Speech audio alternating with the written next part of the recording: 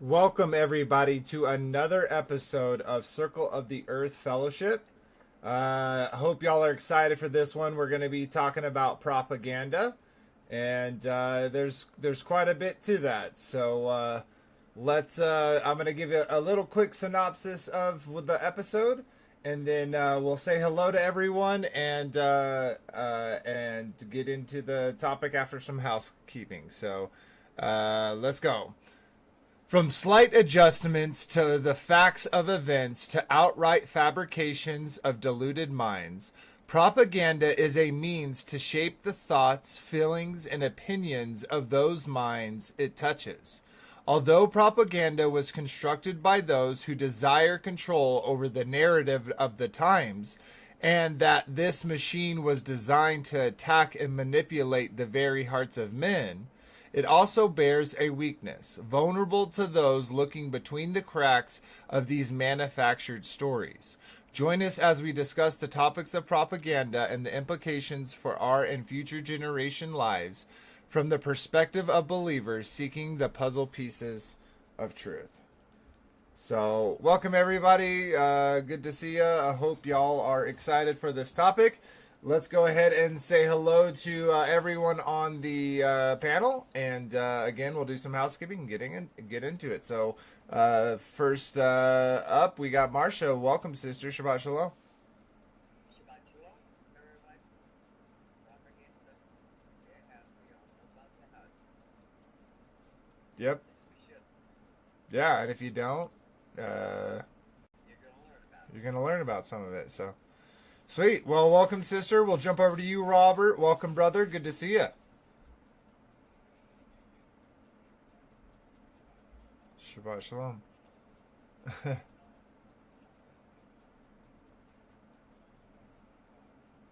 Absolutely. And last but not least, we got our dear brother Frankie B. Shabbat shalom, brother. Welcome.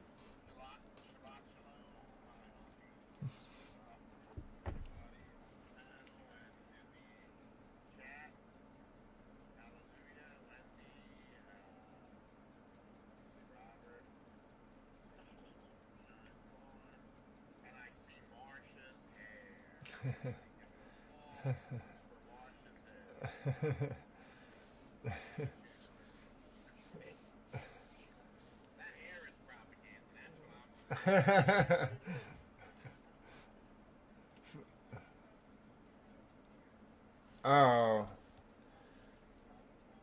no, no one. Okay, oh my gosh. See, and I said, remember what I said, Marcia? I said everything was set up. I just didn't click one button when I introduced you.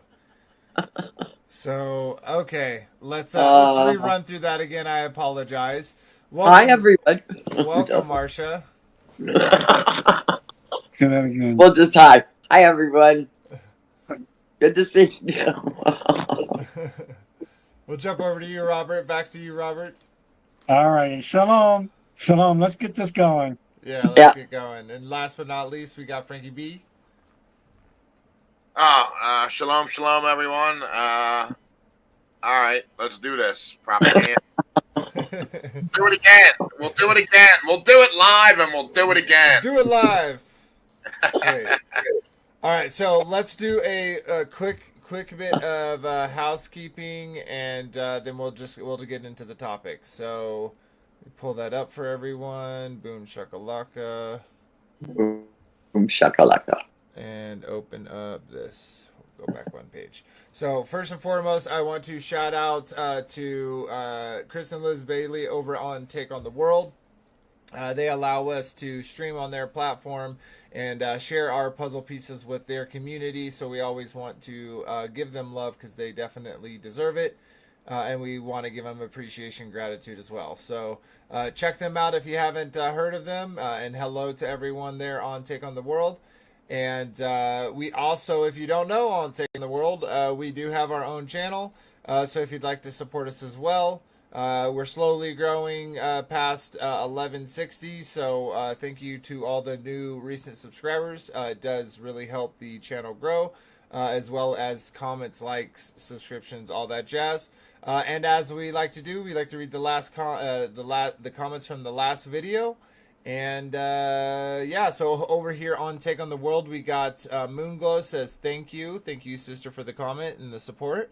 We got Melt1263 saying they are terra firma from an environment more suitable for reptiles. Thank you for your comment. Says Windy Rivers 5178 says there's a huge difference in the volume of you in volume of you, Vader Bear, and everyone else. You're way too low. Okay. So thank you for that comment. I'm gonna increase my gain. Did I get louder to you guys? No, I don't know. You ought to ask. Don't do anything because of last week. Right. Is Well, that coming from last week? yeah. Yes. Yeah. I guess 'Cause you that's sound true, but I think people normal. always say that, so I'm gonna try something. No, you've always been. I don't know. Everyone in chat right now, am I good I don't volume know. wise or is it low? If I need to turn my stuff up, I'd like to know. If anyone else is low, please tell me so I can turn them up. So we'll take just a quick second. Let us do that. Yeah. Let me pull up chat. Okay. Vader is always more quiet. And Oh. Always more quiet. Okay. So let me change that real quick. How is it now? And then I'm going to try to change it here too. And sound. She's been saying it for weeks too, that you're always too low. I apologize. Wendy has. I don't think I can do it unless I... Check. Am I good? Yes. Doing this As far real as I quick, know. everybody, so that the sound is good. That should have been after y'all had to repeat your opening. Yeah. Okay, that's totally set. Still the same, Wendy says. Okay, let me turn it up more. All right, how is that, Wendy? If that's not good, I can try one more thing. So let me know if that's good. If not, I will already get into the menu of that. If it's still not good, Gotta wait. Good silver bullet beds. let's go properties. Waiting. Oh, I need to add a filter. Still the same. Everything is still the same. Okay. Better. She says better. Better, okay. Better, Vader. you're the same. Everything is still the same. Filters, there we go. You always were. I think this will help.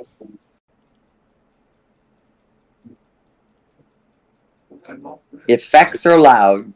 Well, Everybody I just else like is good. that, All right, Better for you, how too. is this, or is this too much, Wendy? Well, we're gonna have to wait about 20 seconds, that's fine. But so I'll keep going with this voice, even if it's low. all right. Hopefully it's not, and then we'll get to the end, and then we'll do a little bit more correction. And then Tiny Loves Boston says, "I'm not voting for Biden. I just won't vote." Yeah, I think voting is a horrible idea for lots of reasons. And then over on the Circle of the Earth Fellowship, we got our brother Robert saying, still haven't found the Flex Fighters. I think we played that, but it actually got a copyright issue on on it. That was the one video that did, interestingly enough. So sweet. Okay, real quickly, we also have a Discord. That's where this conversation as well as the after shows take place. So if you're interested, definitely check that out. And then we also have a merch store. So that's the best way to support it, and we feel like you kind of get something, and you get to support the show. If you insist, you can donate through this way. We don't go through YouTube. We don't have super chats, anything like that. So that's if you do. Now, I did start a TikTok. I don't really use TikTok, but I suggested that I should add my shorts to it. I did, and as you see, I already got a community guidelines violation, which was interesting because Robert pointed out, he's like, I thought that was like a more free speech thing. This video is allowed on YouTube. So interesting. Check that out if you want to. Throw me some followers, maybe get some support there. If you're interested, Bible Gateway, Bible Hub, and sacredtext.com are all great resources for looking into scripture, different concordances, different versions, as well as the Apocrypha here at Sacred Text. I definitely highly suggest the Book of Enoch as well as the Book of Jubilees. And right now on Sundays, we are doing the Testament of 12 Patriarchs. That's tomorrow at 4 p.m. Eastern. So come check it out if you're interested in doing that reading. We are going to be on the Testament of Dan. So pretty excited for that. Again, tomorrow at 4 p.m. Eastern. Okay, sweet. So I can go ahead and straight up close all of that and stop streaming that. So what are you doing tomorrow? The Testament of Dan the Man? Yes, for Testament of the 12 Patriarchs, the Testament of Dan. Okay, sweet. So we got that good. And got all this set up. Okay, sweet. So I can get rid of this too. Perfect. All right, so we are discussing propaganda, and so as Marsha kind of said, that, and you may have missed, we all know about propaganda, and if you haven't, you should, and hopefully you'll learn some about it here. But I feel like a lot of those who are already seeking the truth have come across this, whether intentionally looking it up or kind of felt something off within their life that, hey, that story doesn't really add up to what they're saying. And maybe they have personal, experiences that prove, prove as such. So it's kind of a big topic, and it does kind of span a whole bunch of stuff, right? I think a lot of people do kind of firstly think of propaganda, think about war, right? Countries saying, oh, we're doing good, and oh, we're doing good. And we kind of have seen that within the Russian and Ukrainian conflict, right? Where it was saying, Russia was saying, oh, we're doing awesome. And then Ukraine saying, oh, no, we're doing awesome. They're saying their numbers are low, our numbers are low. And so you kind of got this. And so people usually kind of go there. So let's go. I want to bring up, I think it says it there. So let's start with this. So that word propaganda comes from a man who wrote a book called Propaganda is Everywhere by Edward Bernays. And Edward Bernays is kind of the father when it comes to more of the commercial side of propaganda, but obviously was influenced, obviously also had heavy influence within the presidents of his day during the times of his day, and we'll get into that. But we're gonna watch here a little bit of this video. This girl, I think this is her actual channel on BitChute called Think True. She put a really good video together, and we're gonna play about 3 minutes of it, and then stop, kind of talk about some stuff, and come back to it.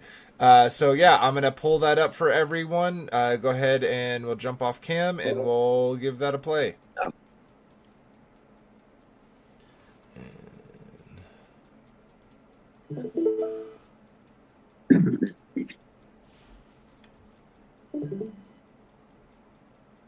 Here we go. Edward Bernays may not be a household name, but he's left his fingerprints on nearly every facet of life as we know it. In the early 1900s, he started using propaganda to shape narratives and control what people think, buy, eat, drink, and so much more. His work has had a negative effect on people and has caused an untold amount of suffering, harm, and loss of traditional values. A pioneer in the field of propaganda, he's also referred to as the father of public relations. Bernays believed that public relations is not a gimmick, but a necessity. Shoot. He argued that public relations could be used to shape the response of a general or particular audience. He understood that perception often mattered more than reality. One of Bernays' major contributions was his groundbreaking book titled Propaganda, published in 1928, which rebranded the term propaganda as a consistent, enduring effort to create or shape events to influence the relations of the public to an enterprise, idea, or group.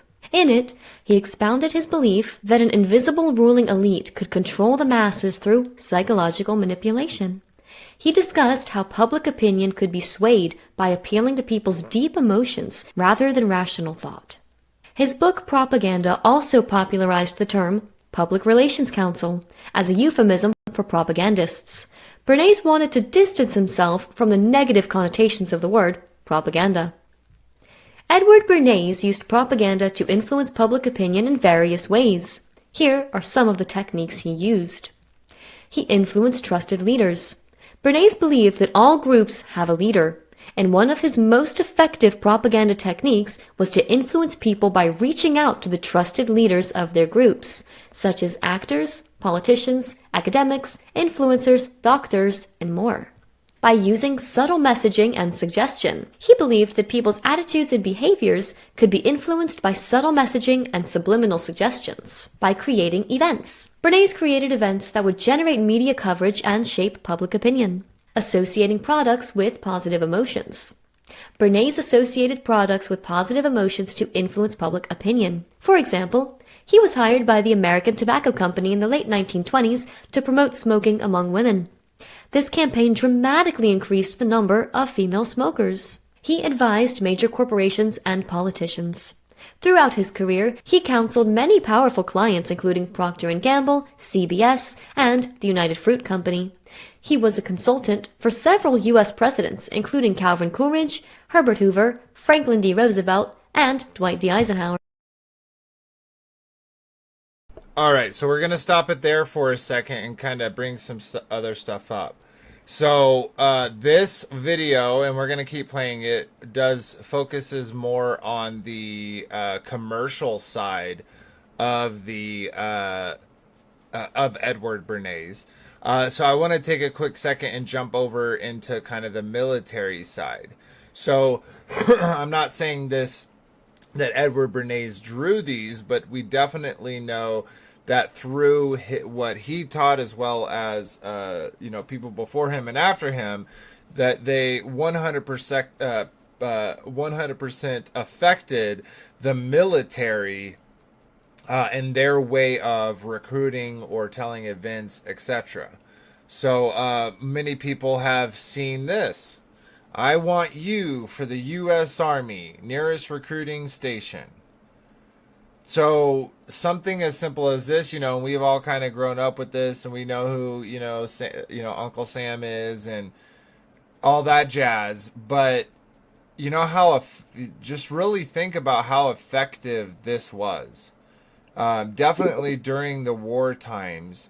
And if you were already kind of being, feeling like, guilty or conscious because of the environment you were in and the kind of the idea of going and serving your country, etc., this would really work on you, right? And of course this isn't very subtle. I feel like they've gotten more subtle over time, but yeah, what are y'all's thought about this picture I'm sharing here? Oh, it's famous. And yeah, it was everywhere. And I always thought America was the good guy. Period. End of story. I did. I grew up thinking, oh. Yeah, and that's part of right? So propaganda, and we've already kind of talked about public education, right? But isn't that part of we've also talked about predictive programming, and it's like predictive programming and propaganda are both tied within the public education, because over and over they're trying to tie this certain thing. And even to kind of go on what you're saying, you've always thought America was good, right? Like to do the Pledge of Allegiance and to really, and I'll say right now, guys, we are blessed as Americans to live in this country, for a few reasons. One, the Second Amendment, First Amendment, the Constitution, the Bill of Rights, acknowledging that those rights are from God and not from government. That sets us apart for sure. But we definitely have our faults and corruption. But yeah, what are your thoughts, Frankie B? What are your thoughts, Robert, about this picture? So I see the picture, and everyone, with all what we see these days, you say, well, how can you be driven by a stupid little poster, right? Mm-hmm. But you got herd mentality, all right, and you got shame. You get shamed into not caring about your country. You see this, your country needs you, they want you, you love your country. So, if you're an American, you're going to go and participate. You're going to do your part. Good point. They did. They shamed you and made you. Yes. Good point. To Robert. run into herd mentality. That's huge. Yeah, and all to get you to run into, kinsmen's gunfire, right? Pretty crazy. What are your any thoughts, Frankie B? Yeah, that's one angry looking dude. That's all I got to say. It's almost like a fatherly, godly figure, isn't it? No. Yeah, and yet. Looks like a satanic figure. I want you. Well, what I agree, but what I'm kind of saying is, like, you have this top hat. He's kind of like a wizard. He has this, white hair and a white beard. Kind of an older man. I don't know. I feel like they pull on those subtle heartstrings of an old man saying, "Hey, I want you." Interesting. Sweet. Okay. Yeah. Well, here's another one. We got Vader. How did they come up? Vader. How did they come up with the name Uncle Sam? I didn't look into that, but that'd be interesting. It would. So this right here is another famous one. We actually have that. You can see that in Robert's background. This is the War Production Co-Coordinating Committee.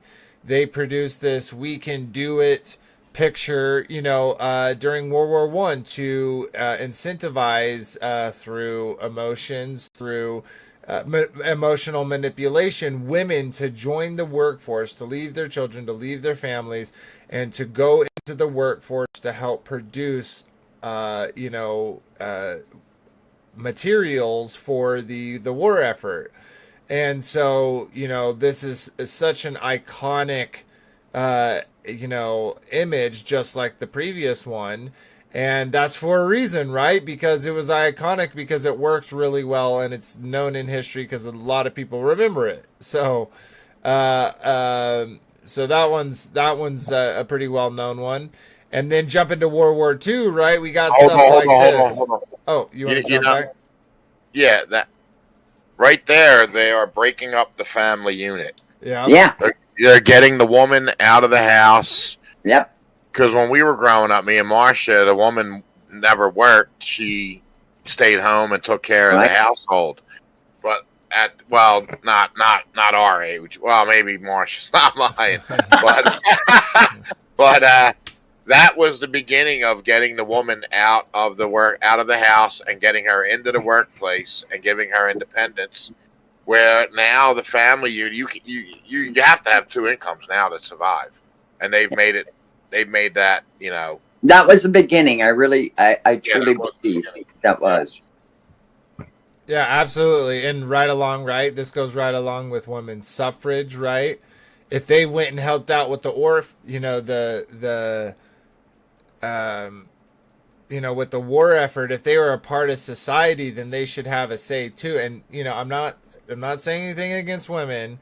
I'm just saying we can kind of see what these things have finally, birthed. To use kind of a pun. So, jumping to the next one, there's so much propaganda here, right? We got all this industrialization. We got the globe. We got the evil Hitlerio mustache man. And we got the evil Japanese.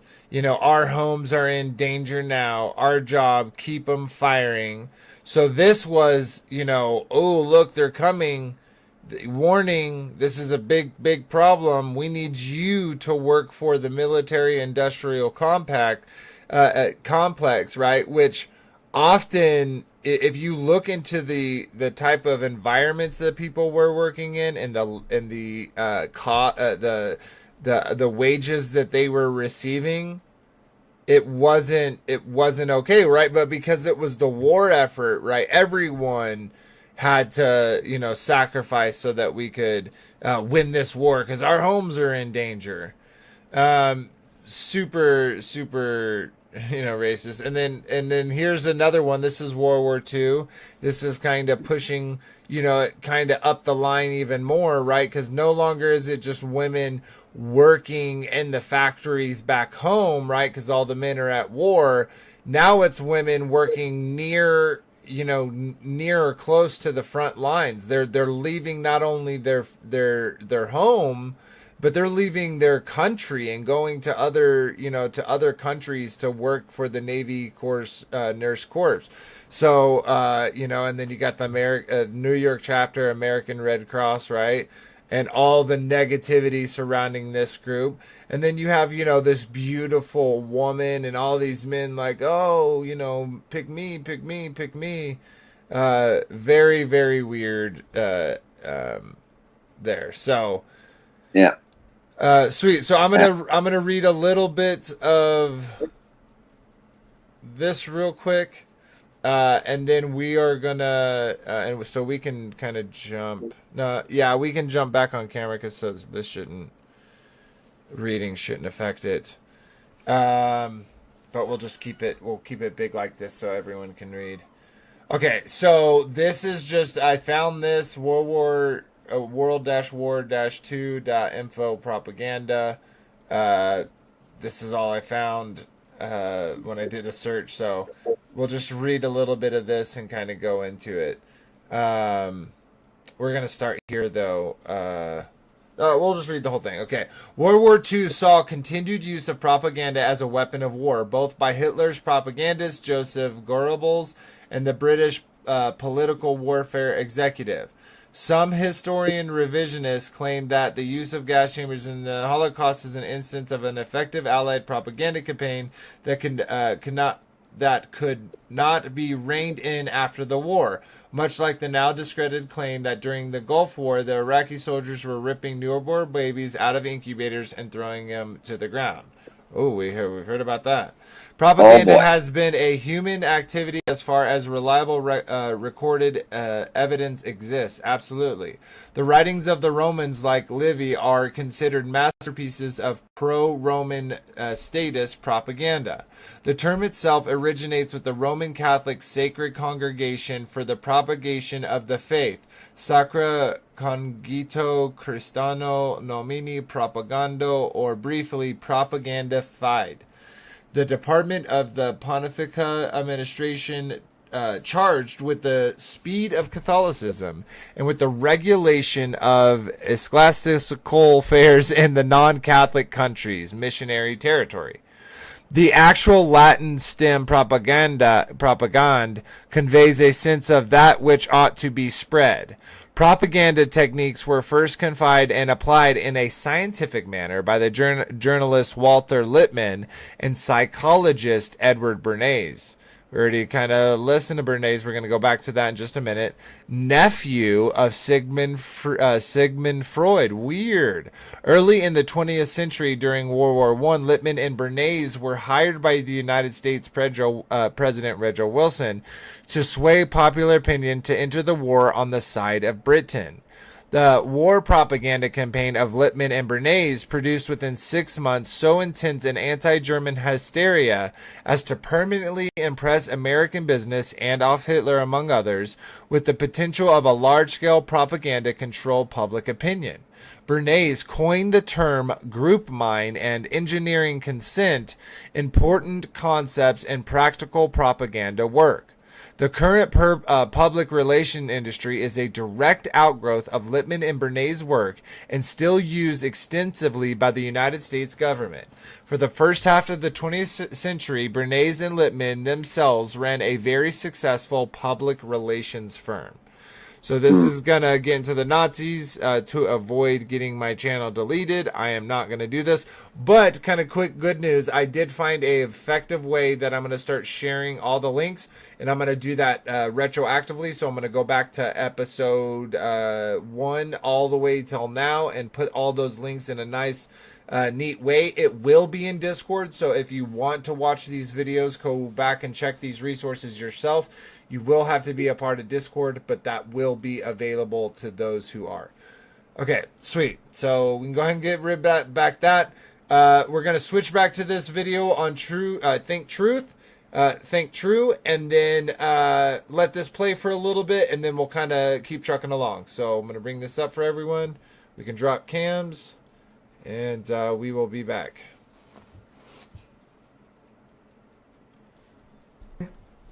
He's also led a successful PR campaign on behalf of the Beechnut Packing Company and the American Egg Board to make bacon and eggs a staple breakfast food.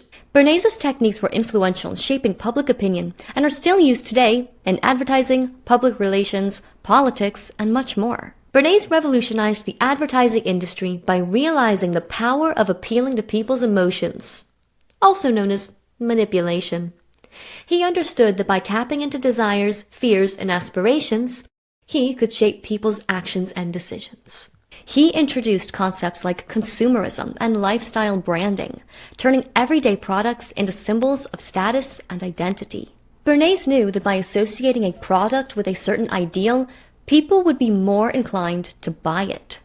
He also developed political propaganda and smear campaigns and pioneered the use of psychology to manipulate public opinion against political figures and groups. Some of his unethical propaganda efforts contributed to the overthrow of foreign governments. For example, he was hired by the United Fruit Company to promote the overthrow of the democratically elected government of Guatemala in 1954. He used propaganda to create a negative image of the Guatemalan government and convince the American public that the overthrow was necessary. How ethical were his methods? Well, his methods of using propaganda to influence public opinion have rightly been criticized for being unethical. For example, he associated cigarettes with the idea of women's liberation to make smoking more socially acceptable for women. Critics argue that Bernays' campaign to promote smoking among women was unethical because it put women's health at risk. Bernays wasn't just good at marketing, he knew what he was doing. He deliberately set out to control the minds of the masses for the benefit of an invisible government. Don't believe me? The following is an excerpt from his 1928 book, Propaganda. The conscious and intelligent manipulation of the organized habits and opinions of the masses is an important element in democratic society. Those who manipulate this unseen mechanism of society constitute an invisible government, which is the true ruling power of our country. We are governed, our minds are molded, our tastes formed, our ideas suggested, largely by men we have never heard of. This is a logical result of the way in which our democratic society is organized. Vast numbers of human beings must cooperate in this manner if they are to live together as a smoothly functioning society. In almost every act of our daily lives, whether in the sphere of politics or business, in our social conduct or our ethical thinking, we are dominated by the relatively small number of persons who understand the mental processes and social patterns of the masses. It is they who pull the wires which control the public mind. The aluminum industry's secret weapon. Bernays played a significant role in promoting the use of fluoride in the United States by convincing dentists to agree to market fluoride. His expertise in mass persuasion and manipulation of public opinion was instrumental in garnering support for the fluoridation of the public water supply. Due to his ability to craft a compelling narrative that would sway the American public in favor of water fluoridation, Bernays was hired by the Aluminum Company of America to promote the use of fluoride in water.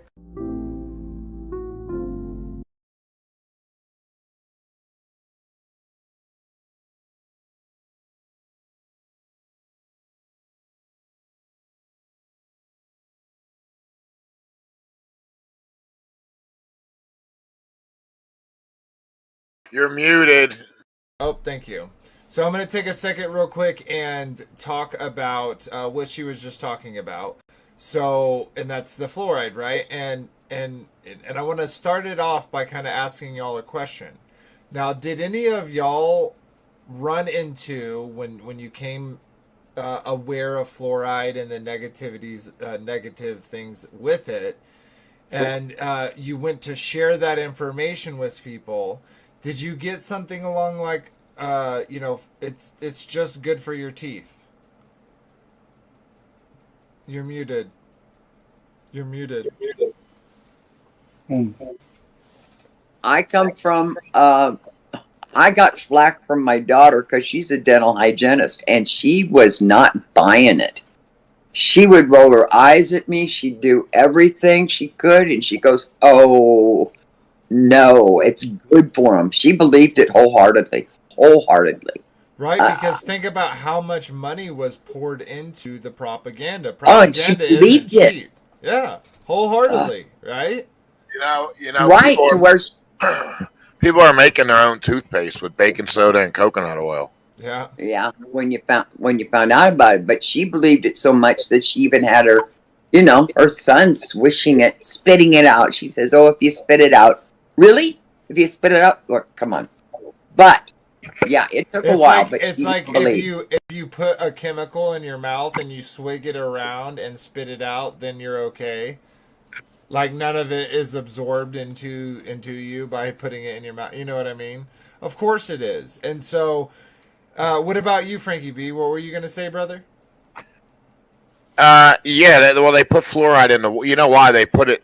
You know why they introduced fluoride to our to the public? It's to calcify your pineal gland, which is Right. supposedly your third eye. Well, and in actuality, I think that It's is poison. well, I think that's the benefit. Like that's the plus to them doing it. And as you kind of see here with the industry, basically what happened, guys, is Edward Bernays was able to sell fluoride as this good thing for teeth, Yes. in which aluminum companies would have to pay to get rid of this toxic waste. And so instead of getting rid of the toxic waste by having to pay to dispose of it, now they were paid to put it in the American public's water. That Edward Bernays, I want to ask a question. Do you think he was demonic through and through? Do you think he had an entity? Because he was truly the one that got propaganda out there. Yeah. He really was.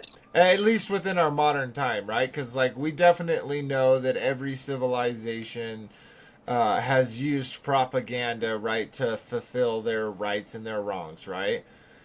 Yeah. So what I mean by that, go read, King Alec, information about Alexander the Great, right? From his perspective, if you read it from then he's this great king, did all the great things, right? They don't talk about how bad he was or the bad things Right. he did. So that's what I mean is propaganda has been, is literally intrinsically tied into what we call history. So yeah, just the fact that. What about you, Robert? You ever hear the whole fluoride's good from your teeth? If you ever brought that up to anyone? I've heard of that. And I did note that the water filter in our refrigerator Mm-hmm. actually has fluoride. So I was like, okay, we're not using that no more. Yeah. I didn't know that. Really? We saw that on the thing, yeah. Oh my gosh. Well, I'm gonna have to look that up because like they're trying to get around people putting, Well, see, filters we- in their house. Right. We have well, I don't know so whether that. what if you get the well, you're filtering it, but then right when you're getting it out of the refrigerator, Yeah. it's putting it back in. That would be sinister. I think that's something interesting to look up. I'm glad you brought that up. I did not you should know look that. you should look in getting non-fluoride filters. Both of you. Well, Yeah. I'm sure they sell them. 'Cause I there's got that a lot stuff of products in, out there that don't have fluoride in it and are anti-fluoride. Totally. And Wendy put in the chat. Now there's a lot of water companies that are actually taking the fluoride out of the water. Yeah. And Wendy put in the chat that it even says on the toothpaste, which I guess I haven't looked at, Poison is control. it's poison. Yeah, poison control. What? Yeah, if you It's spit it swallow out. too much of this, call the poison control hotline. Yeah.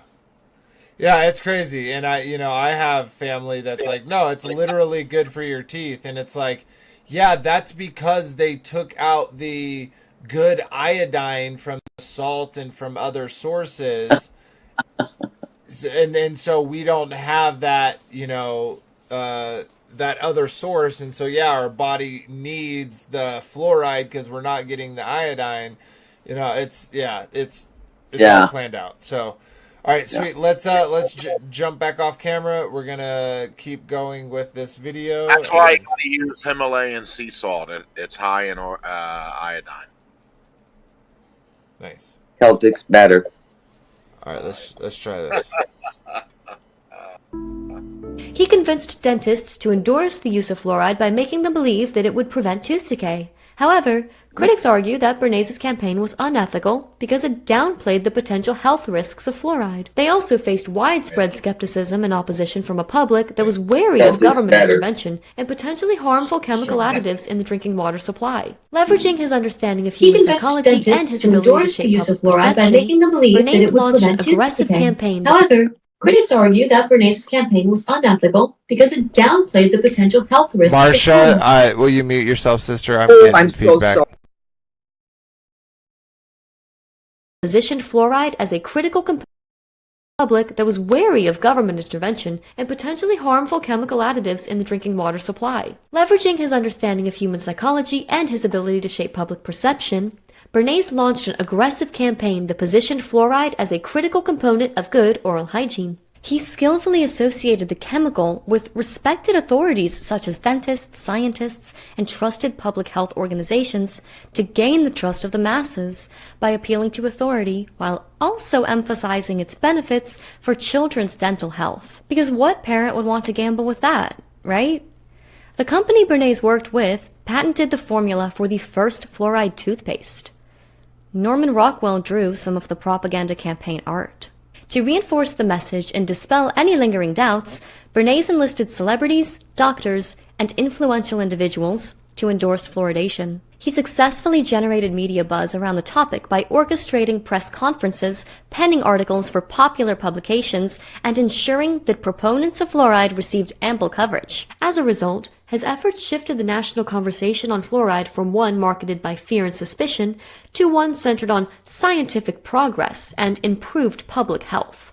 I won't say it here, but do those tactics not sound eerily familiar to what we all lived through a few short years ago? Bernays' method of using propaganda to influence public opinion have been scrutinized for being manipulative and deceptive. However, Bernays defended his techniques as ethical and argued that they were necessary to shape public opinion in a democratic society. What do you think? The Sigmund Freud connection. Did you know Edward Bernays was related to Sigmund Freud? Bernays was Freud's nephew, and his mother was Freud's sister. He grew up in Vienna, Austria, where he learned all about Freud's theories on human behavior. Bernays often referenced his uncle and his relationship to him, creating the impression that he had a special understanding of human psychology and behavior by virtue of that family connection. He used this connection to Freud to promote himself as an expert in the field of public relations. Bernays' relationship with his uncle Sigmund influenced his work in several ways. He combined Freud's psychoanalytic ideas with public relations to shape public opinion. He created effective propaganda campaigns by using Freud's theories on human behavior to promote products and shape consumer culture. For example, he used Freud's theories on human desires to convince people to buy products they didn't need. He takes impulse buys to a whole nother level. As you may know, Freud believed the myth of evolution and operated off the assumption we came from monkeys and have little control over our mental facilities. Overall, Bernays' relationship with his uncle Freud played a significant role in shaping his ideas on public relations and propaganda. Bernays applied Freud's ideas on individual psychology to group psychology.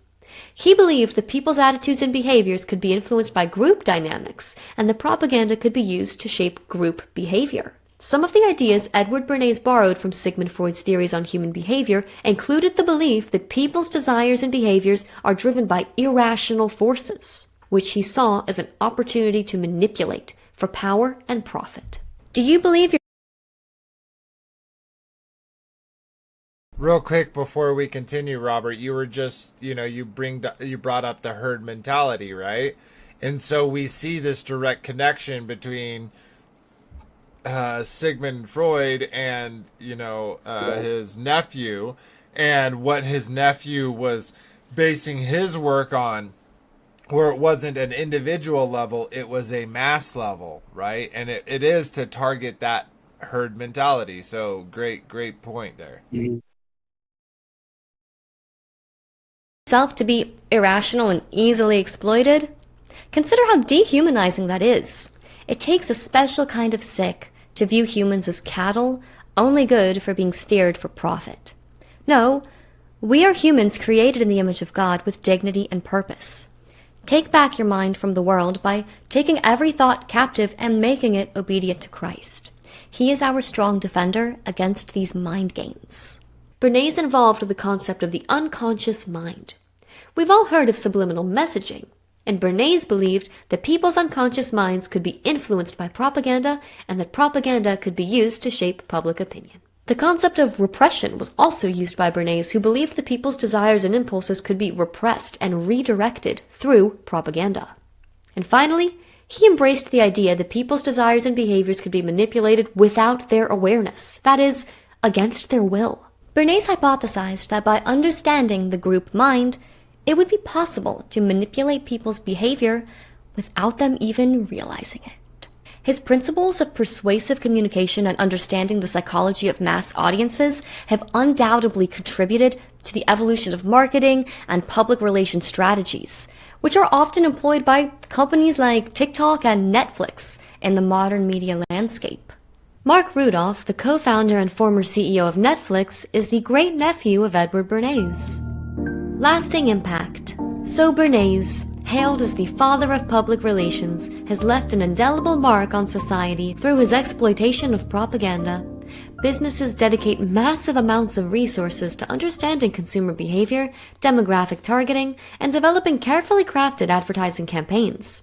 They use similar tactics as Bernays did decades ago, triggering emotions and desires that encourage people to buy products or adopt certain beliefs. Political parties structure their messaging and marketing around public sentiment rather than focusing solely on policy details. They exploit fears or desires to garner support or oppose their rivals. They work off of manipulating emotions. This manipulation can often cause a divide within society based on emotions rather than factual or logical discourse. Literally think about what she just said within our modern times.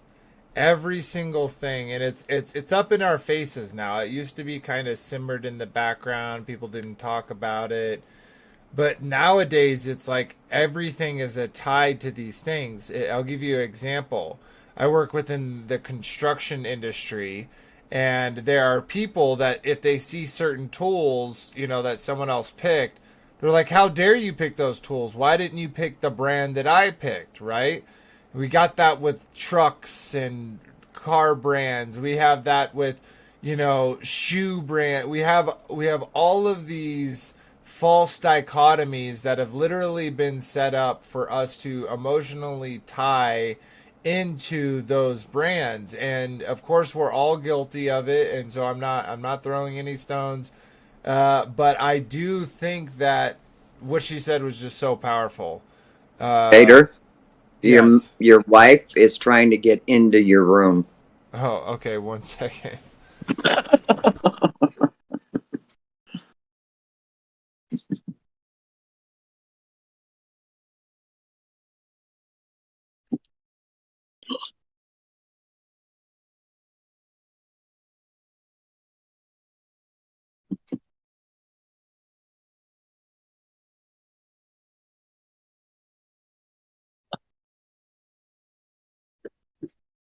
The chat has gone wild. Look at that. Somebody please tell my husband to let me in. And now I want that remote control. All right, thank you everybody for being patient. Thank you for Chad for having fun with it. But yeah, so great video. We'll end it there because we got a whole bunch more to share.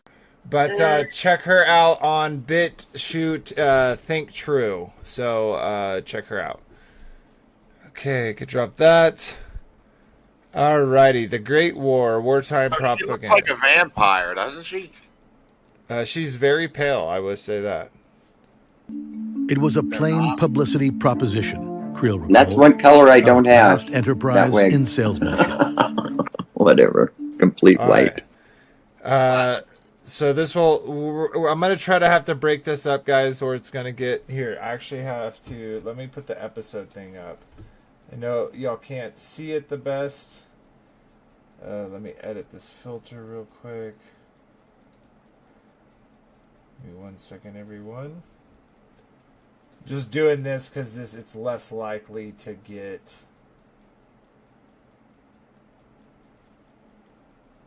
it's less likely to get flagged when I put this up. Okay, sweet.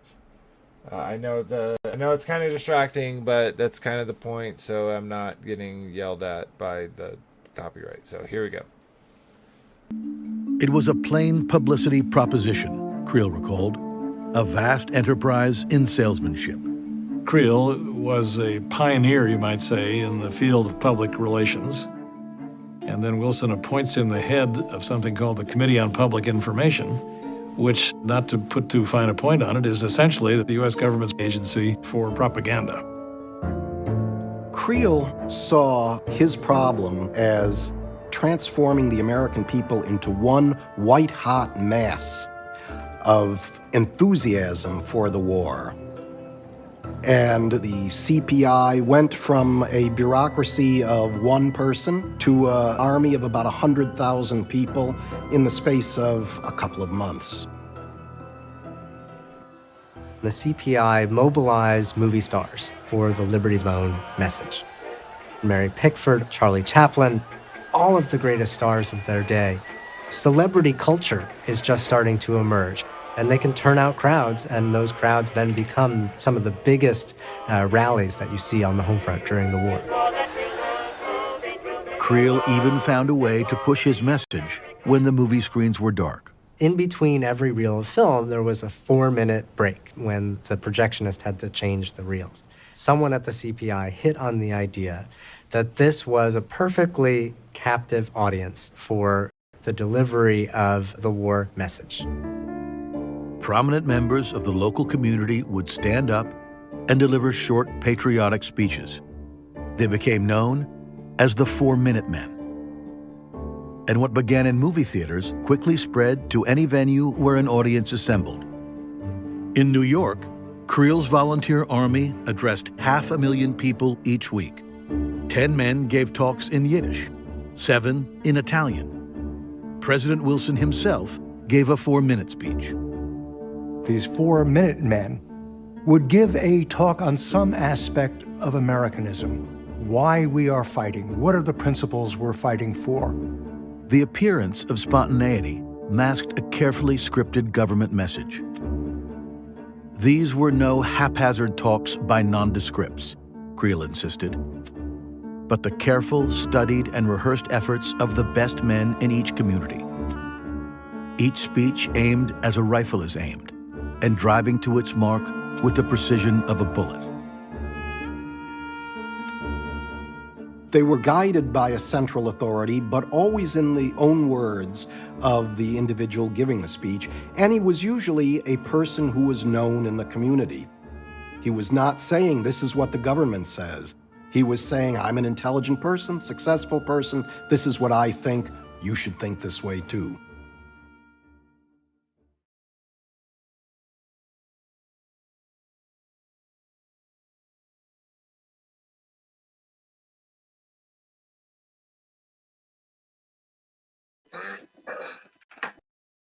So we'll go on to talk about, this, kind of more in depth, but just think about that. Like, they had people, they went into communities, picked out the people that they knew that would kind of, take the ticket, and had those people go out as if they were some intelligent people with these smart ideas, so that others would hear them, right? And more to what Robert was saying about the herd mentality, they were using those individuals to spread those ideas in a very rehearsed and meticulous way.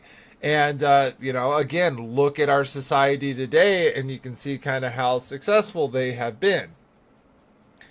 Okay, let's jump over to here. So we're going to jump in kind of 2 minutes into this and kind of play it for a little bit. And again, if you want to check these out later, check the link in the description, join the Discord, and I will be starting to post the episode links for the whole season 2. So, let's check this out, and then we'll kind of go from there. It wouldn't surprise me if, because we're playing this on YouTube, it gives us problems. So if it does, we'll kind of quickly move on. But let's check it out for now.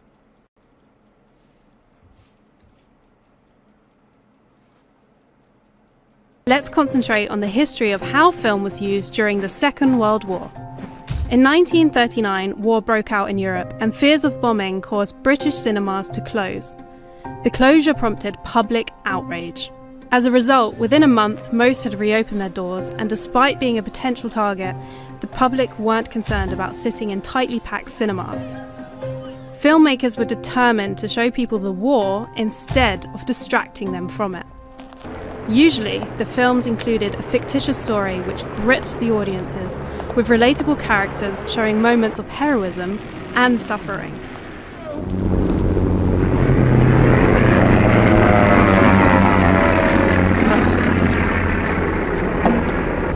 This is Michael. May I hear something?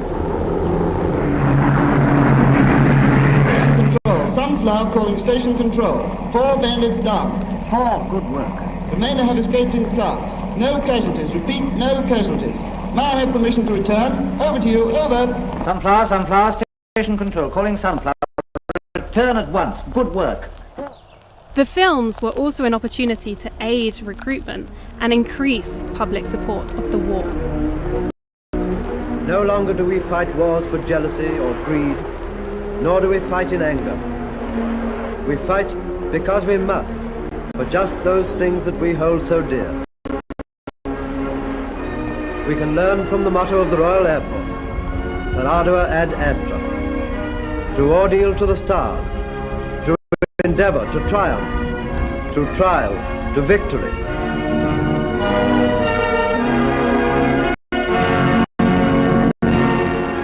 At the beginning of each feature film, cinemas would show a 5-minute newsreel.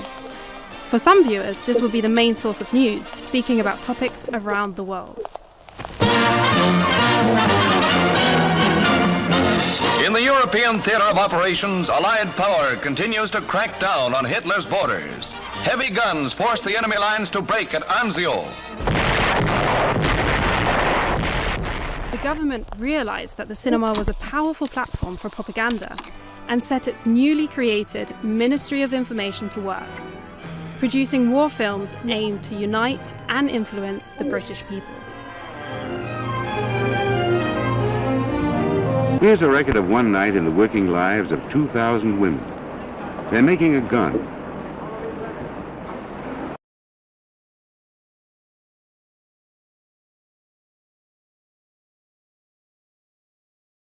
Alrighty, so I don't want to get copyrighted for playing that whole thing, but I think that's kind of a good place to end it. We were talking earlier about, women going into the workforce. So they're seeing it everywhere. They're not just seeing it on the posters. They're seeing at the posters inside while they're waiting for their movie, the next part of their movie to be shown. And so, this is, and like I said, we have a captive audience here. We can kind of they're already here. They're not leaving. And so this is a good time to put that propaganda out there. And things like this, right, would definitely affect the women at the time, for sure. So, So we're gonna start kind of talking a little bit about the technique of it, and that are kind of used with propaganda. So we're gonna watch this little video. We're gonna watch just a little bit, a couple minutes of it, and then we're gonna switch and start talking about the techniques. Then that's when we switch talking about the techniques. We'll kind of open it up more for discussion. So let's keep trucking. We'll play this and then we'll get into it. So pull this big. Make sure y'all are good. All right, here we go. I can help you, Chuck. I think the election was a victory for good government. It might also be called a victory for propaganda. But that would have been equally true if our opponent had won. But how can you study it?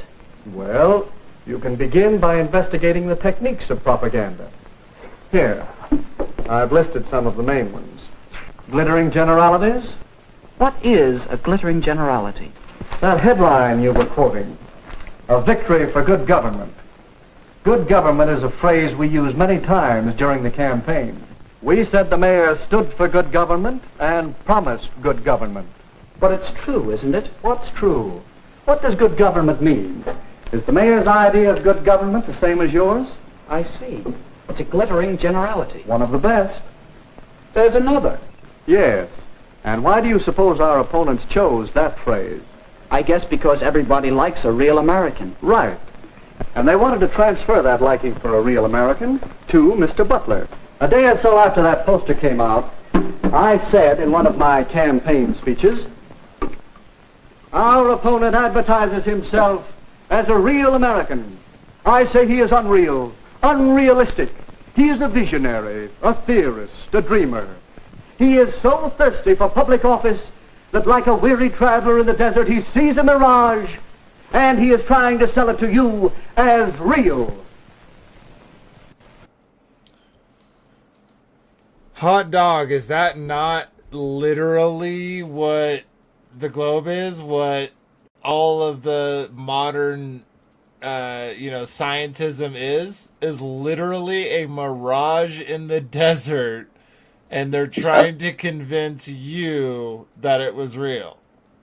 Yep. It's deluded minds. Deluded minds are coming up with these things, and I say they're deluded because they've taken out they've kind of overflowing their spirit with the evil one, right? With the evil spirits, with the unclean spirits, and can believe these things or not even believe them, but cause others to believe things or manipulate others to believe things. What are y'all's thoughts? Well, it was so simple of what they were doing. I mean, it's absolutely true. I don't know. Somebody else could talk. I'm at a loss right now because that's what they did. They did it so simply, and yet so well done. Yeah, absolutely. And that was just one of those techniques. It goes on to explain more, but we're going to kind of dive into that and talk about it. So it says here, and everyone can jump on camera again that wants to, just because we don't. It's just a page, it's not a video. So, okay. So with this, and it says this is Wikipedia propaganda techniques. It says, propaganda techniques are methods used in propaganda to convince an audience to believe what the propagandist wants them to believe. Many propaganda techniques are based on psychological research. Many of these same techniques can be classified as logical fallacies or abuse of power and control tactics. I was actually going to mention this before I actually read this topic of how, when he said a real American, right? That's this no real Scotsman fallacy. Right. You want to turn off your overlay? Oh, yeah, absolutely. Thank you. I apologize, everyone. It's cool. Okay, so, All right, so I'm not going to read all the definition and everything. We're going to get down into the specific techniques. So, think about this, guys. Think about our community that we're in, the communities that I guess we're up against, right? And the tactics they use to try to discredit what we believe, okay? So, number one, this is an alphabetical order. Ad hominem. A Latin phrase that comes to mean attacking one's opponent as opposing to attacking their arguments. Weird. We see that all the time. All the time. You heretic. At nauseum. This uses tireless repetition of an idea, especially a simple slogan that is repeated enough times. Yes, we can. May begin to take as the truth. Yes, we can. This approach is more effective alongside the propagandist limiting of or controlling the media. Yes, we can. Agenda setting. Agenda setting means the ability of the news media to influence the importance placed on the topics of the public agenda. If a news item is covered frequently and prominently, the audience will regard the issue as more important. Okay, appeal to authority. Appeal to authority, cite prominent figures to support a position, idea, argument, or course of action. Sound familiar? Has anyone ever heard of the early church fathers? Did you hear what they said? Don't you know they said? You know what I mean? Appeal to fear. Appeals to fear seek to build support by instilling anxieties and panic in general population. For example, Joseph Goebbels exploited the Theodor Kaufmann's German Must Perish to claim that the Allies sought the extermination of the German people. Appeal to prejudice, using loaded or motive terms to attach value or moral goodness to believing the proposition. See that all the time. Oh, so you're slitting their throats. Bandwagon an inevitable victory. Appeals attempt to persuade the target audience to join in and take the course of action that everyone else is taking. More to the herd mentality. So real quick, isn't it interesting that you've heard of all of these fallacies before and how they are literally the same thing as propaganda techniques? Yeah. Yes. And even the beer bug. I mean, yeah. So Robert, thank you so much for bringing this up. When you came across this and you started reading this, what were your thoughts? Same as what you're saying there. I mean, I knew what a lot of these were, but there's a lot more on there too. But yeah, I mean, it's like, yeah, definitely it's there, and and they use these things all the time. All the time. Scapegoating. Okay. Oh gosh. Dude, this one right here, I saw this. Rationalization. Individuals or a group may use favorable generalities to rationalize questionable acts or beliefs. Vague and pleasant phrases are often used to justify such actions or beliefs. Oh my God. Yes. Oh gosh. So pretty. You'll hear like Sean. You hear like Sean talk. He did a little thing where he's talking about doing debates, and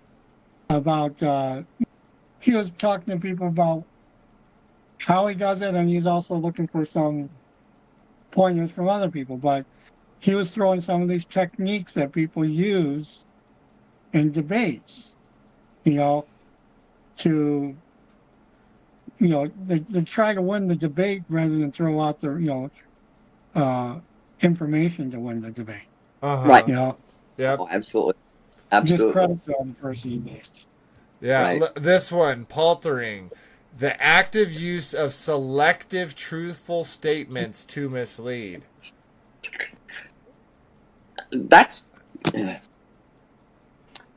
done in the Christian community. That's what I'm talking about. Like within our communities, we see all of these things happen.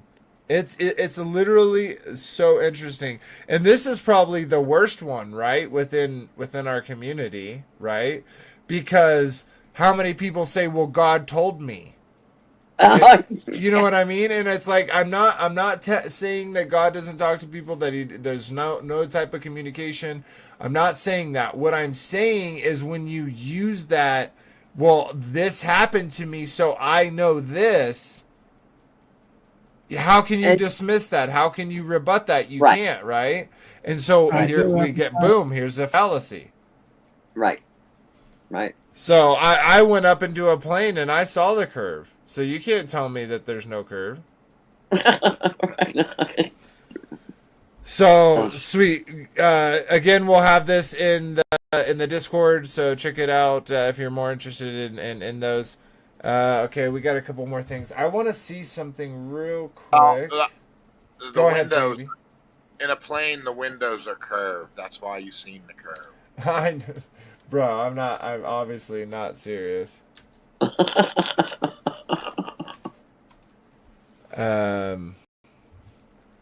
But thank you for playing the Angel's Advocate.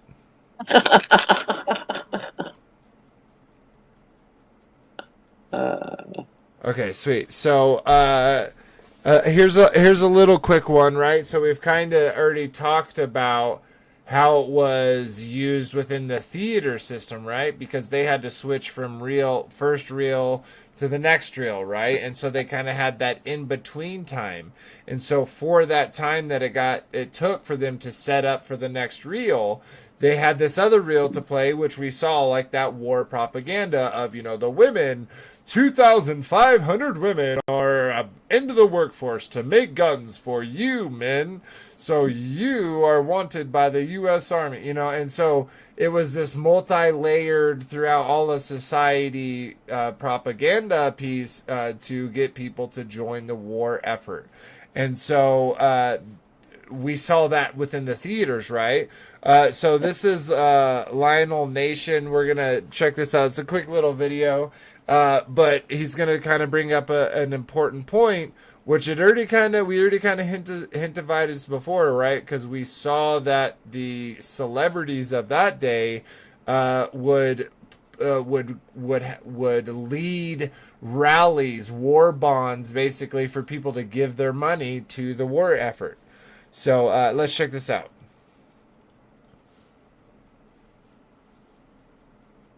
So number one. Oh, let's drop our cameras, guys.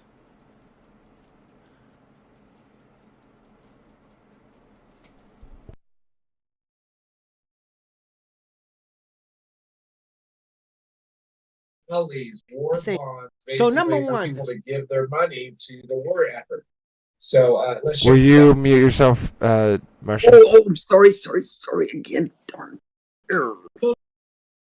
So number one, remember one thing: the industry, the entertainment industry, and I use that term entertainment loosely, but the term entertainment loosely has forever been, to an extent, enlaced in government. We used to call it propaganda, and during World War II, it was more solidified. You had the Cappers and the Warners and others working together in solidarity with the government.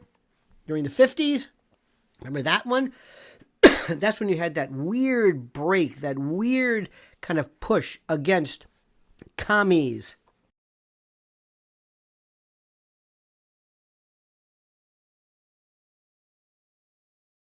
So for one, he brought up the entertainment industry, which we know is Hollywood, LA, that whole system. Okay. So, and if I don't know if y'all caught it from that girls video that we watched, she said that I think it said great grandson of Edward Bernays is the CEO of Netflix. Okay? And we were talking last week about Netflix, specifically the Black Mirror, and how it's used as a way to predictively program these ideas of things to come, right? And then as that's one part of it. But in this episode, we can definitely, if you have Netflix, there is no short supply of propaganda of things that are happening within our society, and it talking about them in a positive way in order to change the ideas, the opinions, the feelings through an emotional tie through the society. And we literally see that to this day, and we definitely see it through like he said, the so-called entertainment industry. And, those that don't know, the news media, guys, is now classified as entertainment. It is not classified as, general news as news. It's classified as entertainment. And we've talked about this before, right? But this is a very important video. We're gonna play this. It's 1 minute and 38 seconds, and then we're gonna talk about it because we've all seen this. Most of us have seen this, but it's an important one to kind of keep showing. So let's pull it up. We'll play it and we'll come back and talk about it. Fox San Antonio's Jessica Headley. And I'm Ryan Wolf. Our greatest responsibility is to serve our Treasure Valley communities, the El Paso, Las Cruces communities, Eastern Iowa communities, Mid-Michigan communities. We are extremely proud of the quality, balanced journalism that CBS 4 News produces. But we are concerned about troubling and irresponsible, one-sided news stories plaguing our country. The sharing of biased and false news has become all too common on social media. More alarming, some media outlets publish these same fake stories without checking facts first. The sharing of biased and false news has become all too common on social media. More alarming, some media outlets publish these same fake stories without checking facts first. Unfortunately, some members of the media use their platforms to push their own personal bias and agenda to control exactly what people think. And this is extremely dangerous to our democracy. this is extremely dangerous to our democracy. This is extremely dangerous to our democracy. This is extremely dangerous to our democracy. This is extremely dangerous to our democracy. This is extremely dangerous to our democracy. This is extremely dangerous to our democracy. This is extremely dangerous to our democracy. This is extremely dangerous to our democracy. This is extremely dangerous to our democracy. This is extremely dangerous to our democracy. This is extremely dangerous to our democracy. This is extremely dangerous to our democracy. This is extremely dangerous to our democracy. This is extremely dangerous to our democracy. This is extremely dangerous to our democracy. Doesn't that kind of make you sick every time you watch it? Yeah, Operation Mockingbird. It's crazy how they all talked at the same time and they were word for word. It's almost like they're actors reading a script, right? Oh, they are. They're totally. No, they are. Everything's prepared for them. They're not. They're not journalists writing these stories. No. You remember that Saturday Night Live skit when the prompter went down and they acted like savages? They didn't know what to say. They didn't know what to do. They were waiting for the teleprompter to come back up. Ron Burgundy. Yeah. It was Will Ferrell and forget the other guy. The other guy, the black. Yeah, guy. totally. And they would just read on the whatever the teleprompter said, regardless of what it said, right? Right. And yeah, so it's like what it said. Yeah. Yeah. And so go ahead. How did Vine say repeat line or turn page? Something like that. Where? When Biden was reading the teleprompter. Oh, yeah. He said like repeat line or turn page. Yeah. Like some instruction on it as opposed to what he's supposed to read. That's another scary thing. Our president is just repeating whatever is on the teleprompter. Well, and you don't even have enough sense to know. To be fair, Trunk is like just Well, says, it's the greatest. He would ad-lib. He would go off the teleprompter. But then he would just repeat the same things over and over. Yeah. Like, I got the best. It's the best. It's super important. It's the best. He just like would use that phrase over and over and over. And I actually think that was a fallacy where they just keep repeating the same phrase over and over and over to make it more believable. Well, that was part of his hook. Oh yeah. We had the best economy. We had the best this. We had the best that. And like that other politician we were watching the video, he had a slogan that was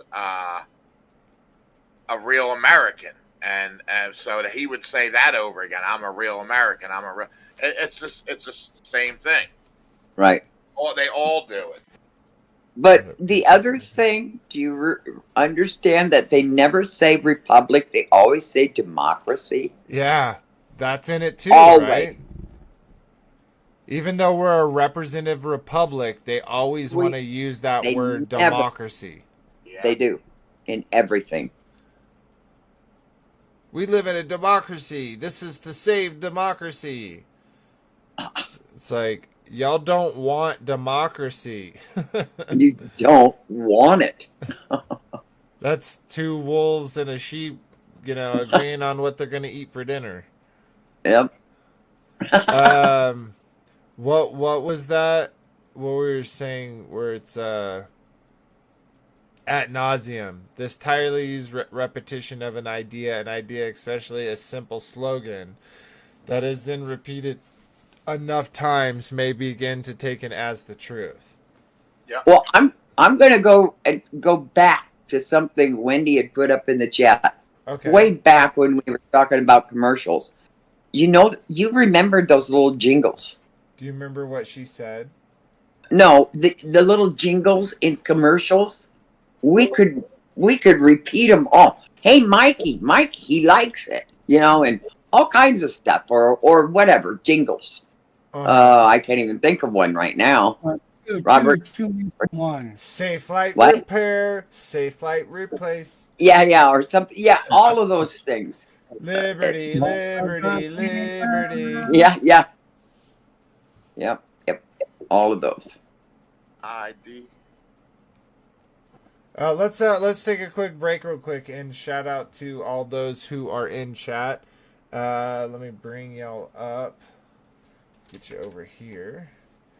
And I need you over here. Nope, wrong one. I can't even remember the race. There were so many. There you go. Not the one I wanted, but... Remember this one, Marcia? If you got a passion for fashion...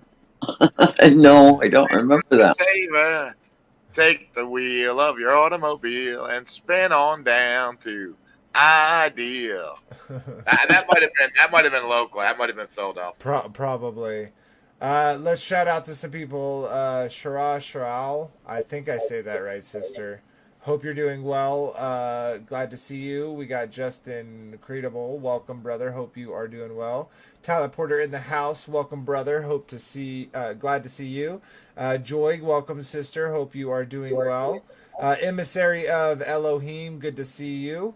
And I know I'm missing some people. I already showed Wendy, but welcome, sister. Sweet. And then I think I'm at the top of the list. Let me click this to go to the bottom. Got Robert in there as well. If I missed anyone, I apologize, but it's good to see you all. I hope you are all doing well. Sweet. All right, let's get back into it. Pull this up. All right, sweet. Clicked the wrong one. All right, so we got another little video we're going to watch. This guy, brings up some really good points, and we're gonna kind of come back and look at this as well, because I feel like there's so many of them that we deal with, not only within our view of biblical cosmology, but also with our view on the Trinity, or with the priesthood, etc. So Yeah, let's check this out, see what he has to say, and we'll talk about it. We should talk definitions. Encyclopedia Britannica defines propaganda as the dissemination of information, facts, arguments, rumors, half-truths, or lies to influence public opinion. If we're honest, the less sensationalist way to describe most propaganda is influential rhetoric, or maybe advertising. Something doesn't need to be a lie to be propaganda. It doesn't need to come from the government. And it doesn't need to be about war or another country being the root of all evil. If you don't like this video, for example, you can call it propaganda if you want. It technically fits that description. There's no such thing as unbiased media, and I openly admit this channel's socialist bent, so this is influential rhetoric. But most of us don't use the word propaganda correctly, like the very uptight people at Britannica. We tend to think of propaganda more like Edward Bernays, the guy credited with developing modern public relations back in the 1920s. Bernays described propaganda as, quote, the conscious and intelligent manipulation of the organized habits and opinions of the masses. Unlike Bernays, though, most of us think this is a bad thing. He said it was an important element in democratic society. That's because Bernays had a terrible understanding of what democracy is. Bernays saw democracy not as a society where people govern themselves, striving to diffuse power equally between all and organize fairly their interdependence, but as a society that could be managed by what he called, quote, invisible governors. He believed most people were just too dumb or prone to violence to think for themselves, except in the narrow confines of an election between 2, max 3 or 4 pre-selected candidates. The rest of the time, people needed to be policed and nudged from the top down for life to remain decent. And as society started turning away from more overt and violent forms of control, he helped devise strategies that would help manage society through the more subtle means of public relations instead. Bernays wrote mostly for advertisers. He cared about molding habits to increase company profits. But soon enough, the importance of his work carried his techniques into state politics. Starting in the 1940s, for example, Bernays was hired by United Fruit Company, now Chiquita, the banana people, to run a massive PR strategy in the US. Working primarily, but not exclusively, through influencing the press, Bernays and United Fruit drummed up fear of a communist takeover in Guatemala, which had recently democratically elected a president with somewhat left-wing politics. If you've ever heard of United Fruit, you know how this story goes. It's the same almost everywhere in Latin America. In 1954, thanks in part to Bernays and United Fruit's efforts to demonize Jacobo Arbenz and paint him as a Soviet puppet, a CIA-backed coup overthrew the Guatemalan president and replaced him with a military dictatorship that plunged the country into civil war for decades. But back to the present. Bernays is long dead, and neoliberalism has perfected propaganda. Influential rhetoric, if you want to be less dramatic about it. The new wave of political rhetoric that's flourished under neoliberalism isn't as often about that bad country over there or the bad ideology you need to hate. That's still around, obviously, but rather the more subtle, more diffuse propaganda of modern neoliberalism is a lot more about who we should be as people. Neoliberalism, more so than previous capitalist societies, has pushed its propaganda, its jargon, and its way of thinking into almost every aspect of our lives. It has found the most effective way to become bulletproof without openly relying on violence. Neoliberalism is plenty violent, but nearly invisible control works. To protect itself, neoliberalism actually molds people in its image through a mix of both rhetoric and economic policy designed to change people's habits and beliefs in line with its own objectives. In other words, neoliberal propaganda creates neoliberal subjects. Neoliberal capitalism is often misunderstood. Because of people like Reagan, Thatcher, Friedman, and Hayek who made small government their whole thing, that's often how we think about neoliberalism, our current period of capitalism, where government supposedly shrank and corporate power grew. But that's not what neoliberalism is, neither in theory nor in practice. Neoliberalism actually means more, just slightly different government. Where the welfare state capitalism that existed before acted as a safety valve for capitalists by preventing markets from doing what they do, increasing inequality, exploitation, and poverty, Neoliberalism is a different approach to the same problem of how do you stop capitalism from imploding when left to its own devices. Instead of having Okay, so just like he said, he has socialist leanings, and you can tell by his rhetoric, right, from his propaganda, that that he thinks, capitalism is a bad thing. Now, it's a completely separate video. We're not really getting into that. But I feel like it's pretty thick for continue to listening. But again, this will be in the link in the Discord if you're interested in checking the full video out, or you can search that. Sweet. Okay, so let's go back to this as we kind of before we get back into this, let's kind of just talk about all we've seen and kind of all we've talked about tonight, kind of summing up our ideas and our thoughts about it in our current situation and from the past, as well as what y'all kind of think. So one of the first things that comes to my mind real quick, and so I think someone brought it up earlier, was the weapons of mass destruction in Iraq. Y'all remember that? And I totally believed it. I actually had a church that I went to as a kid have a person on to say, no, I know for a fact that they have those weapons. And so later on when it came out that there was no weapons, that was all lies, and we saw that those statements were as propaganda, that obviously affected the way that I saw the church, the church in general, and also specifically that church. So, what are some of y'all's thoughts or things that come to mind? Frankie B?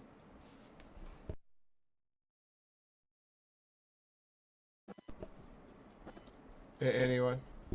I see him lighting up, but nothing's coming out, Frankie. Oh, I just had my mic on. No, nothing's coming out. Go ahead, Marcia. No, go ahead, Robert. All right, yeah. So back then, for a while there, I was buying the line. Teresa wasn't buying it at all. Really? She didn't buy it at all. But yeah, it did start to crumble though before it was through. I started to see this, the whole weapons of mass destruction. Oh yeah. No, I bought it. Yeah, I bought it at first, but after a while, it's like, okay, what's going on? Oh, they moved them all because they saw them coming. Yeah. Yeah. Yeah. Well, good for Teresa, man. I just don't believe anything they say anymore. Well, not anymore. Well, not anymore. But what about in the past? Like what things, like what propaganda worked against you that you kind of bought hook, line, and sinker? Well, the whole election thing, I got all into that. Oh. Bought into all that propaganda. But then once I realized both sides are rigged and they're playing against each other, forget about it. Yeah, I believed the elections were worth, I don't know, before I found out. And I believe most everything that was put out on TV before I started getting my eyes open. I don't know if much that I wasn't gullible for. Actually, I thought Saddam Hussein was bad, evil, bad. Uh-huh. Yeah, and see, it all worked, right? And even all the way to the degree of like looking at those people as lesser people, right? Because of their beliefs. But now you're and I'm not saying they're the best, like obviously I believe what is the best, but they're a lot closer to what we believe than a lot of other religions, or even ones that would kind of label them sells similarly. You get what I mean? So Yeah. it's pretty interesting. Yeah, it's really sad, really, that they had us. And I'm just so grateful that I got woken up out of that. There's still people in that slumber. There's still a mass majority in that slumber. Yeah, and isn't it crazy that once you come out of that slumber, how easy it is to see the propaganda? Yeah, but I'm still not going to say that I probably don't get propagandized. You know, it's really slick. Totally. And it's like, you got to be on guard. Oh, you totally. Yeah. Yeah, no, I completely agree. Yeah, I think anyone can propagandize you. And I do somewhat agree with what he said, right? Like we are coming from a certain perspective, right? Like a lot of us, when we give our opinions, or everyone, when they give their opinion is basing that upon their beliefs. And so I totally get that. But there's a difference between, I guess, sharing your beliefs as opposed to trying to manipulate others into believing something. Yeah. So there's an intent there, right? That's Right. bearing false witness. So, That is. So yeah, he mentioned Manipulation. earlier glittering That's manipulation, witchcraft, right? Yeah, let's see if that's in here. No, it's nothing manipulation, but yeah, lying, deception. Yeah.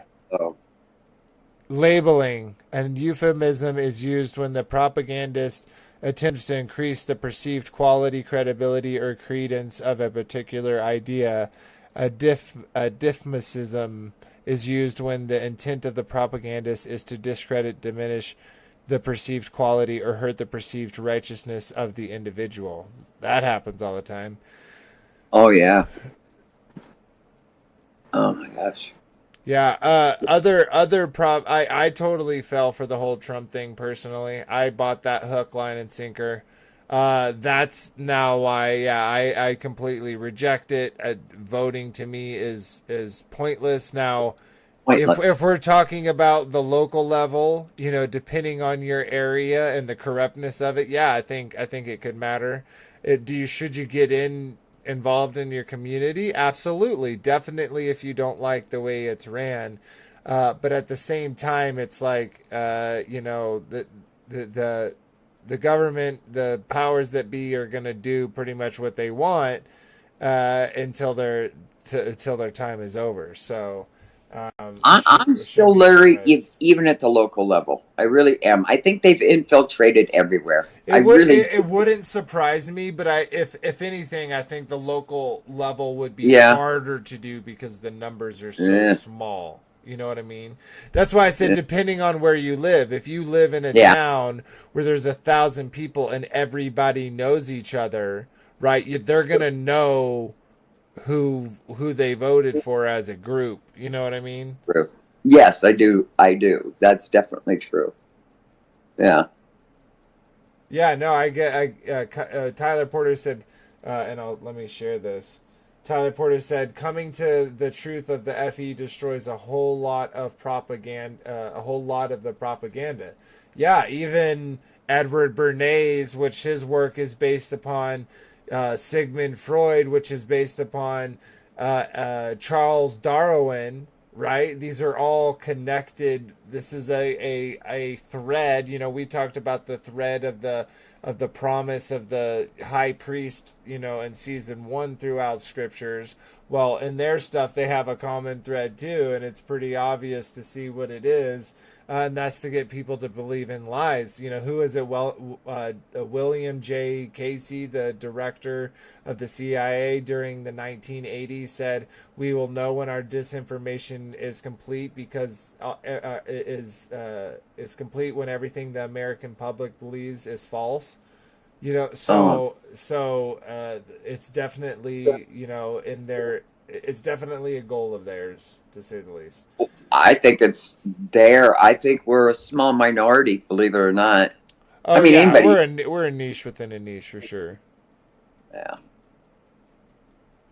Sweet. Yeah. So, anyone else have any other kind of prop? Okay, so So we already have the propaganda about the last few years, right? About the beer bug and all of that.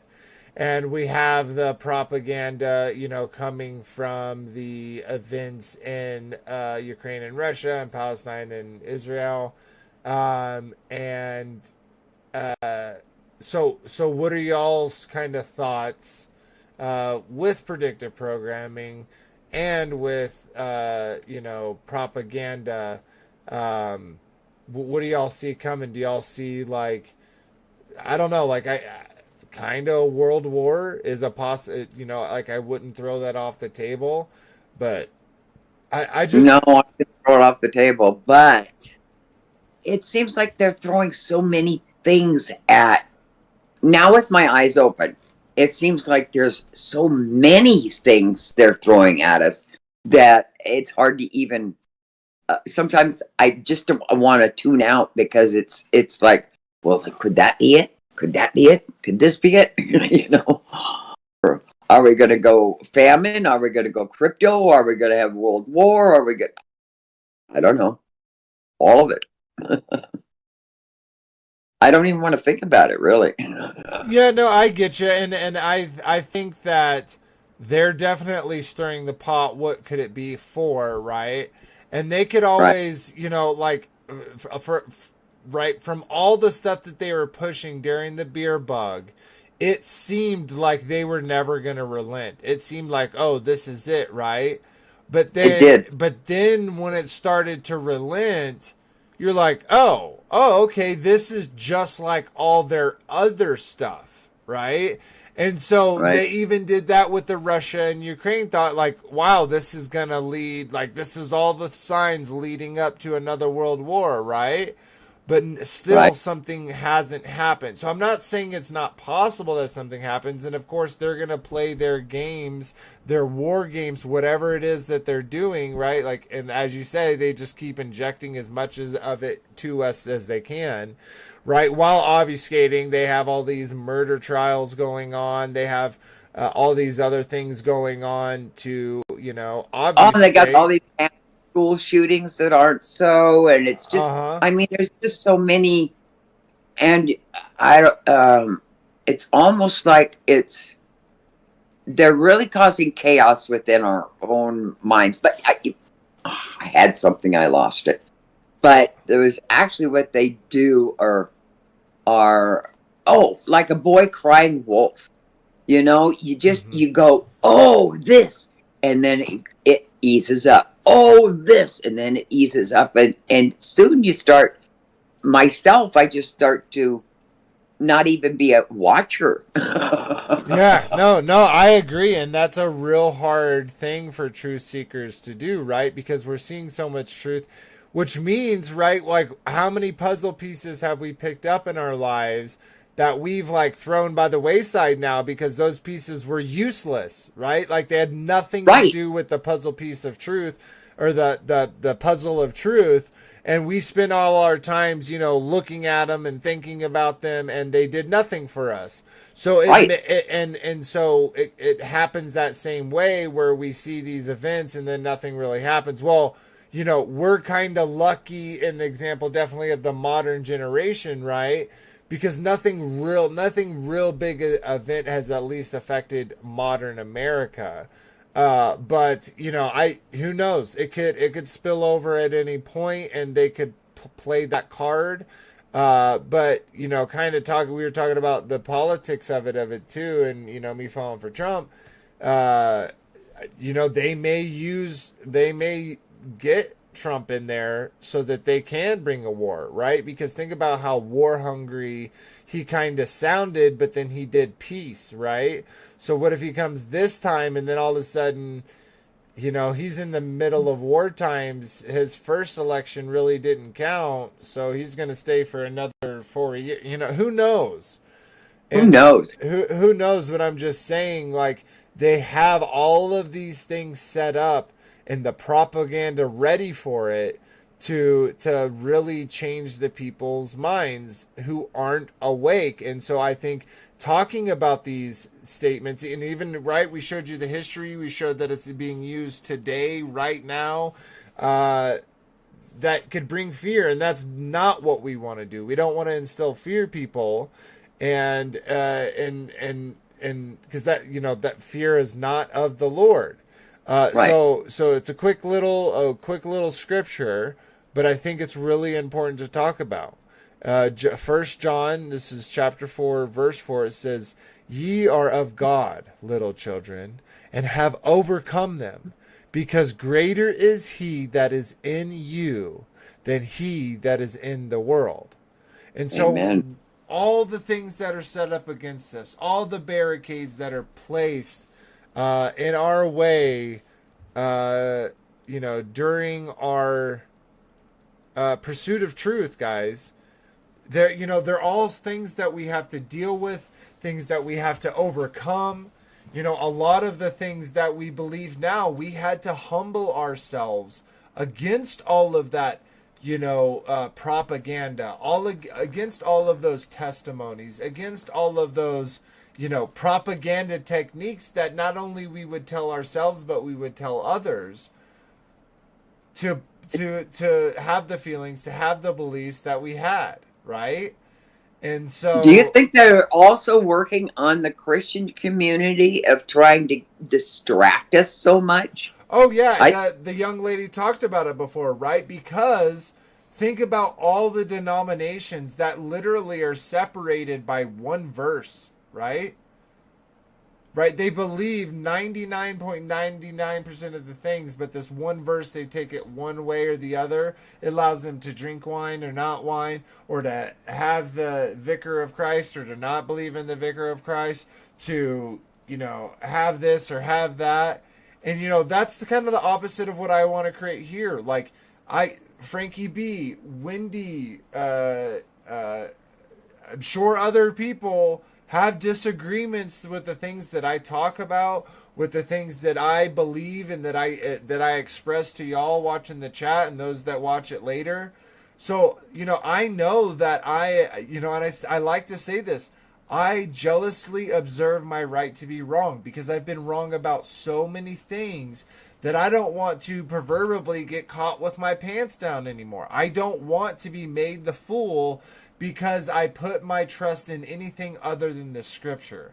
So if the scripture says greater is he who is in me than is in the world, then no matter the barricade, no matter the that's placed before me in my pursuit to truth, I know that the Father is with me, and we will get through that, because again, greater is who is in me than who is in the world. So Right. Sweet. All right, so let's go ahead and say our goodbyes, and we'll call it a good stream. Any last thoughts, please go ahead and add that into your goodbye, and we'll call it a night, and we'll start the after show in Discord afterward. And so check the link in the description if you'd like to join that discussion. So we'll jump to you, Marcia, first, if you'd like to kind of give some closing thoughts and your goodbyes. Yeah, it's just I hope I think we're watching now, and maybe hopefully the people later will understand and their eyes will be open. That's my prayer, as more and more people's eyes are opened, and because it's such a mass out there that are not. I mean, they're still wearing masks. Really? Yeah. Some people are still wearing masks. I feel so sorry for, I don't know. But I praise the Father that he's opened our eyes. I just really want to thank him for that. So think about this real quick, just to kind of cap what you said. Fear, uncertainty, and doubt, sometimes abbreviated as FUD, an attempt to influence public perceptive by disseminating negative and dubious / false information designed to undermine the credibility of their beliefs, right? Oh my, yes. So, yes. Right what you're saying. Sweet. Well, thank you for being here, sister. We'll jump over to you, Robert. Closing thoughts and your farewells. Well, I'm so glad that Teresa and I were woke up before all that jabby jab stuff came around. Oh yeah. Amen.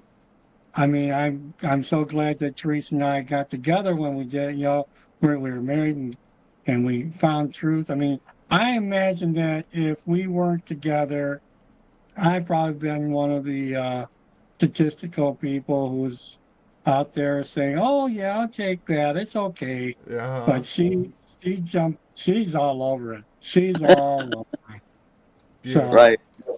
it's great. I'm blessed in that for sure. We are blessed that we have gotten our eyes open. Absolutely. Yeah. Sweet. All right, brother. Well, thank you for joining us as always. We'll jump over to you, Frankie B. Closing thoughts and your farewells. Yeah, good show, everyone. There's a lot of lies out there. Continually seek the truth. You shall find the answers, and don't believe the BS, because it's all just one lie after another. That's what this show is all about, just informing you, giving you insight and revelation on how to sift through all the lies and the deception. So just keep on digging deep, and you'll find the truth. And you might even find some truth that will blow your mind. So Shabbat Shalom, everyone. Have a great week. And we'll see. Are we on next week? We're on next week. Big topic: atoms and nukes. So. Ooh. You know what? I don't think I'm going to be able to make it. I have a gig. Oh, dang. So. All right. So real quick, preview without you. Quick insight: atoms and nukes. They're all fake. Believe lies, Frankie B. How about awesome, we'll blow that one up. Yeah. Awesome. Well, thank you again, Frankie B. Thank you, everyone. We really do enjoy doing these streams. We hope y'all enjoy watching them. Those who are in the chat enjoy chatting. And we do really appreciate all the support. If it's not financial, getting a nice piece of merch, comments, subscriptions, likes, shares go a long way within the YouTubes. So thank you again to all the recent new subscribers, all those that left comments. It does mean the world. Up next is our outro, which is a original song by Born Out of Time. Frankie alluded to it, Dig Deep. If you haven't heard it before, stay around and check it out. Until next time, guys, remember that ABBA love you first. Shabbat Shalom, everyone. Shabbat Shalom. Shabbat Shalom.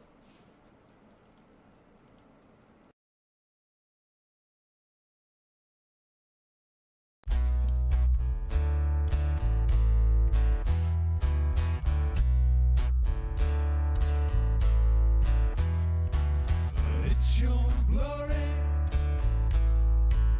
conceal a mystery. You give us the honor to search a matter. You raise up a standard to beat back our enemy.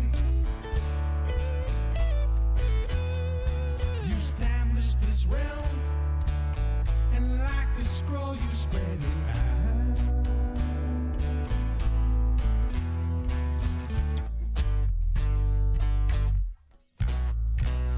Dig deep, search it out. Dig deep, seek it out. Dig deep, go on and walk it out. Dig deep, I give you oil to fill up your cup. I give you enough to fill